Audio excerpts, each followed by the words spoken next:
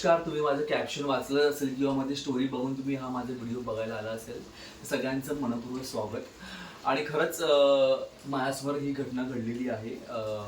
तुम्हाला माहिती असेल भस्म आरती रिलेटेड मी तुम्हाला सांगणार आहे. तर गेले 4 दिवस आम्ही उज्जैनमध्ये होतो. ओंकारेश्वर आणि तिकडचे बरेच सारे मंदिरं आम्ही केले आणि नंतर मग उज्जैनमध्ये जाणार आणि भस्म आरती करणार नाही असं होणार नाही. तर सगळी लोकं तिथे भस्म आरतीसाठी जातात, कारण की काही लोक असं म्हणतात तुमच्या नशिबामध्ये असेल तर भस्म आरती तुम्हाला मिळते. पण त्यासाठी पण खूप मोठी प्रोसेस असते. तुम्हाला ऑनलाईन बुकिंग करावं लागतं 4-5 महिने आधी. ते पण खूप सिलेक्टेड जागा असतात. 5-10 मिनिटांमध्ये बुकिंग फुल होते. आणि जर्नल लाईन असते ती रात्री 8 वाजल्यापासून लाईन सुरू होते. ती सकाळी 4 वाजता आरती होते तेव्हा ती लाईन चालू होते वाटतं. तेव्हा पण ते खूप लांबून दर्शन असं मिळतं. आणि ते पण सिलेक्टेड का असतं की ती भस्म आरती होते ना, जे महाकालची, तर ती ज्यावेळी ते लोक भस्म टाकतात त्यावेळी ते व्हिडिओ बंद करतात. तेव्हा ऑनलाईन तुम्हाला ते बघायला मिळत नाही. जे काही लोक सिलेक्टेड तिकडे आहेत त्या लोकांना ते मिळतं. तर माझे मित्र सगळे गेले होते भस्म आरतीत. 1 वाजता ते लोक निघाले सगळे रात्री लाईन मध्ये उभं राहायला. तर मी झोपलो होतो. तर मी म्हटलं की यार जाऊन या तुम्ही, मला नाही यायचं. कारण की तसं पण आपल्याला भस्म आरतीचं दर्शन मिळणार नाही, कारण की आपल्याकडे पास पण नाही येत. आणि एवढं लाईन आहे, लोक 8-8, 7-7 वाजल्यापासून ते लाईनीसाठी उभे आहेत लोक.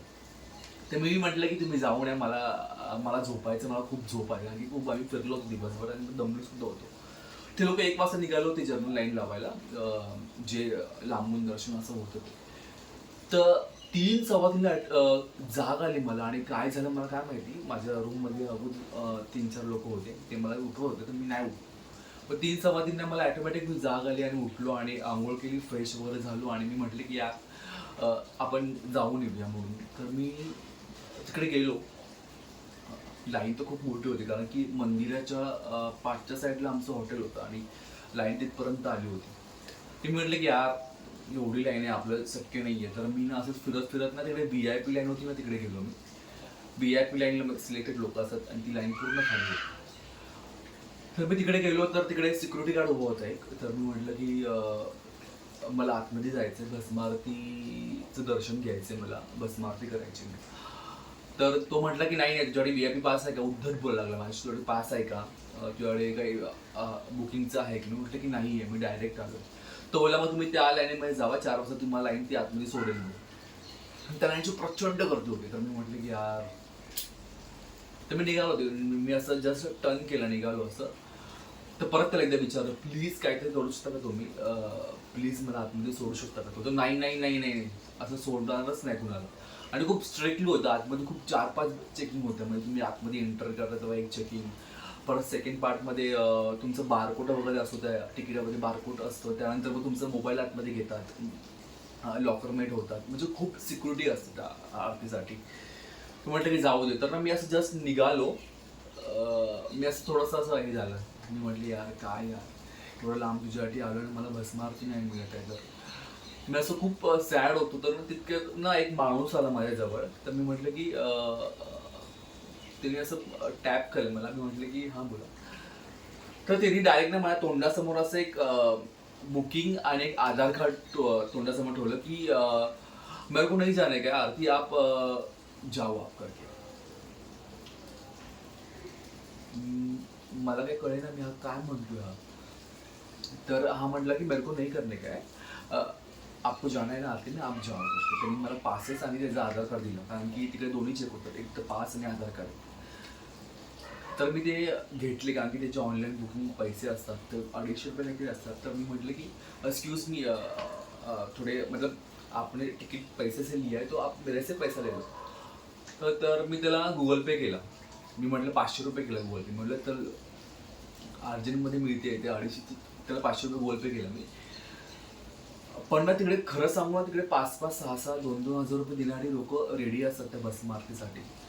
पण तिकडे तुम्हाला इझिली मिळतच नाही.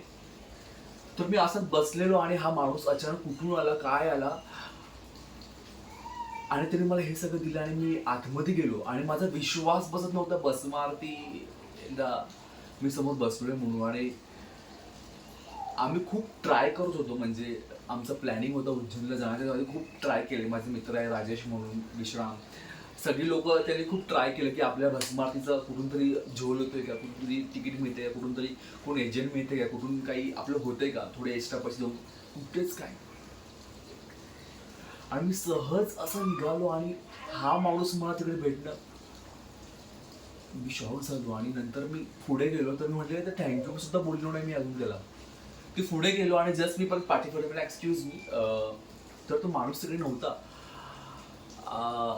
त्यांनी मला पास आणि आधार कार्ड दिला होता. तर मी म्हटलं की त्याला मी सर्च करेल फेसबुकवरती किंवा असं, तर त्याला तर फेसबुकवरती अकाउंट सुद्धा नव्हतं याचं. सो असा प्रसंग माझ्यासाठी घडला की काहीच नसताना मला भस्म आरती मिळाली आहे. तोही कोण कुठचा माणूस मला येऊन डायरेक्ट तिकीट आणि ते देतोय, तर साक्षात हा चमत्कार आहे माझ्यासाठी झालेला आहे. आणि लिटरली ना माझ्यासाठी म्हणजे असं ना, मी तिथे भस्म आरती म्हणजे जसं एंटर केलं माझ्यासाठी असं अंगावरती काटा आला. मी म्हटलं आणि मनात असेल तर सगळ्या इच्छा पूर्ण होतात, पण माझी इच्छा सुद्धा नव्हती. मला असं काय नव्हतं मनामध्ये, पण मी एका श्रद्धेने गेलो होतो तिकडे. आणि खरंच बोलत ना उज्जैनला गेलो आणि असं खूप भारी वाटलं.